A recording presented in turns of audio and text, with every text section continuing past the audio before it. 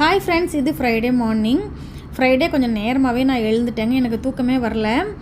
நாள் நல்லா தூங்கியாச்சு, அதனால் சீக்கிரமாக எழுந்துட்டேன். எல்லாருமே நல்லா தூங்கிக்கிட்டு இருக்கிறாங்க. ஸோ ரிலாக்ஸாக உட்காந்து ஹாட் வாட்டர்லாம் குடிச்சிட்டு தலைக்கு கொஞ்சம் ஹேர் ஆயில் அப்ளை பண்ணலாம் அப்படின்னு சொல்லிட்டு நான் ஒரு 2-3 விதத்தில் ஹேர் ஆயில் வந்து ப்ரிப்பேர் பண்ணி வச்சுருக்கிறேங்க.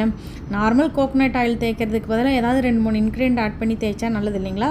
ஸோ அந்த மாதிரி எல்லா வீக்கும் மாற்றி மாற்றி ஒவ்வொன்றா தேய்ச்சிப்பேன். ஃப்ரைடேஸில் தான் கொஞ்சம் ஹேர் ஆயிலாம் அப்ளை பண்ணி மசாஜ் பண்ணுறதுக்கு டைம் கிடைக்குங்க. ஸோ நல்லா மசாஜ் பண்ணிவிட்டு அப்புறம் வேறு வேலைகளை பார்க்கலாம் அப்படின்னு சொல்லி கிளம்பியாச்சு.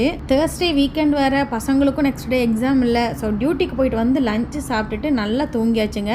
பாத்திரம் கழுவலை, அடுப்பு துடைக்கலை, எதுவுமே செய்யலை. எல்லாமே அப்படி அப்படியே இருந்துச்சு. ஸோ காலையில் லைட்டாக அடுப்பை துடைச்சிட்டு ஒரு காஃபி போட்டு குடிக்கலாம் அப்படின்னு சொல்லிட்டு காஃபி தாங்க ப்ரிப்பேர் பண்ண போகிறேன். டெய்லி காலையிலுமே எனக்கு காஃபி டீ குடிக்கணும்னு ஆசையாக தாங்க இருக்கும். பட் காலையில் வீட்டில் வேலைங்கள்லாம் முடிச்சுட்டு ஆஃபீஸ்க்கு கிளம்பி ஓடவே கரெக்டாக இருக்கும். அதில் எங்கே காஃபி டீலாம் குடிக்கிறது? அதனால ஃப்ரைடே சாட்டர்டே காலையில் நல்லா குடிச்சிருவேன். ஃப்ரைடே அப்படிங்கிறதுனால ரோடெல்லாம் ஃப்ரீயாக தாங்க இருக்கும். அவ்வளோ சைலண்ட்டாக இருக்கும். பால்கனியில் வச்சு சூப்பராக காஃபியெல்லாம் குடிச்சிட்டு வந்தேன். அப்போவும் யாருமே எழுந்திரிக்கலை. ஸோ பாத்திரம் தேய்க்கிற வேலைகளையும் முடிச்சிடலாம் அப்படின்னு சொல்லிட்டு பேஸ்கெட்டில் உள்ள பாத்திரங்கள்லாம் கிளியர் பண்ணிவிட்டு பாத்திரமும் தேய்க்க ஆரம்பிச்சிட்டேன். எல்லா வீக்கும் ஃப்ரைடே என்னோடய ஹஸ்பண்ட் காலையிலே நேரமாக எழுந்து ஏதாவது பாத்திரம் கிடந்ததுன்னா அதையும் கழுவிடுவாங்க. அதே மாதிரி வீடெல்லாம் நல்லா க்ளீன் பண்ணி விட்டுருவாங்க. அதுக்கப்புறம் நான் எழுந்து நானும் கூட சேர்ந்து வேலை பார்த்துட்டு விளக்கெல்லாம் ஏற்றுவோம். ஸோ இன்றைக்கி தான் அவங்க தூங்கிக்கிட்டு இருக்கிறாங்க. ஸோ ஓகே, தூங்கட்டும் அப்படின்னு சொல்லிட்டு எல்லா வேலைகளும் நம்மளே பார்த்துடலாம் அப்படின்னு சொல்லி பாத்திரத்தெல்லாம் க்ளீன் பண்ணி சிங்கையுமே நல்லா கழுவி விட்டு அடுப்பெல்லாம் தொடச்சி கிச்சனை சூப்பராக க்ளீன் பண்ணிட்டேங்க. கிச்சன் சூப்பராக நீட்டாகிடுச்சு. அதுக்கப்புறம் வந்து வீடு ஃபுல்லும் தூத்து எடுத்துடலாம் அப்படின்னு சொல்லிட்டு தூத்துட்ருக்கிறேன். ஃப்ரைடேயில் வந்து வீடு மாப் பண்ண மாட்டோங்க, ஜஸ்ட்டு க்ளீன் பண்ணுறது மட்டும்தான். ஸோ எல்லா ரூமையும் க்ளீன் பண்ணி எடுத்துடலாம் அப்படின்னு சொல்லிட்டு இந்த வேலைங்கள்லாம் எப்படியும் என்னோடய ஹஸ்பண்ட் தான் பார்ப்பாங்க. இன்றைக்கி அவங்க எழுந்து வரதுக்கு முன்னாடி எல்லா வேலைகளையும் பார்க்கணும் அப்படின்னு சொல்லிட்டு பார்த்துட்டு இருந்தேன்.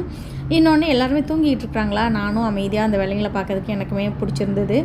ஸோ சைலண்ட்டாக நானும் எல்லா வேலைகளையும் முடிச்சிட்டேன். அதுக்கப்புறமா தான் எழுந்து வந்து எக்ஸசைஸ் பண்ணுறேன் அப்படின்ட்டு பசங்களை வச்சு சாகசம் பண்ணிக்கிட்டு இருந்தாங்க. பசங்களும் எழுந்து வந்ததும் பசிக்குதுன்னு சொல்ல ஆரம்பிச்சிட்டாங்க. மாவு இருந்தது. ஸோ சட்னி மட்டும் நீ இப்போ அரைச்சி வச்சிரு, நான் தோசை ஊற்றி கொடுத்துட்றேன் அப்படின்னு ஹஸ்பண்ட் சொன்னாங்க. ஸோ சட்னி மட்டும் நான் ரெடி பண்ணிட்டேன். நார்மலாக எப்போதும் போல் தேங்காய் சட்னி தான். இன்றைக்கி எழுந்ததுலேருந்து வீட்டில் ஆளாளுக்கு சாகசம் பண்ணிக்கிட்டு இருக்கிறாங்க. தரணி பசிக்குதுன்னு சொல்லிட்டு இருந்தான். திடீர்னு பார்த்தா வாலில் பெயிண்ட் பண்ண போகிறேன் அப்படின்னு சொல்லிட்டு ட்ராயிங் பண்ணிகிட்டு இருக்கிறான். இந்த ட்ராயிங் நான் முன்னாடியே வரைஞ்சி வச்சுருந்தேன். அது சரியாக வரல. ஸோ இன்னொரு நாள் ரப் பண்ணிவிட்டு வரைஞ்சிக்கலான்னு வச்சுருந்தேன். அதுக்குள்ளேயும் அவன் அதிலே வரைய ஆரம்பிச்சிட்டான். அதுக்குள்ளேயும் நானும் போயிட்டு ஃப்ரெஷ் ஆகிட்டு வந்துட்டேங்க. நான் பூஜை பண்ணுற வேலை தான்.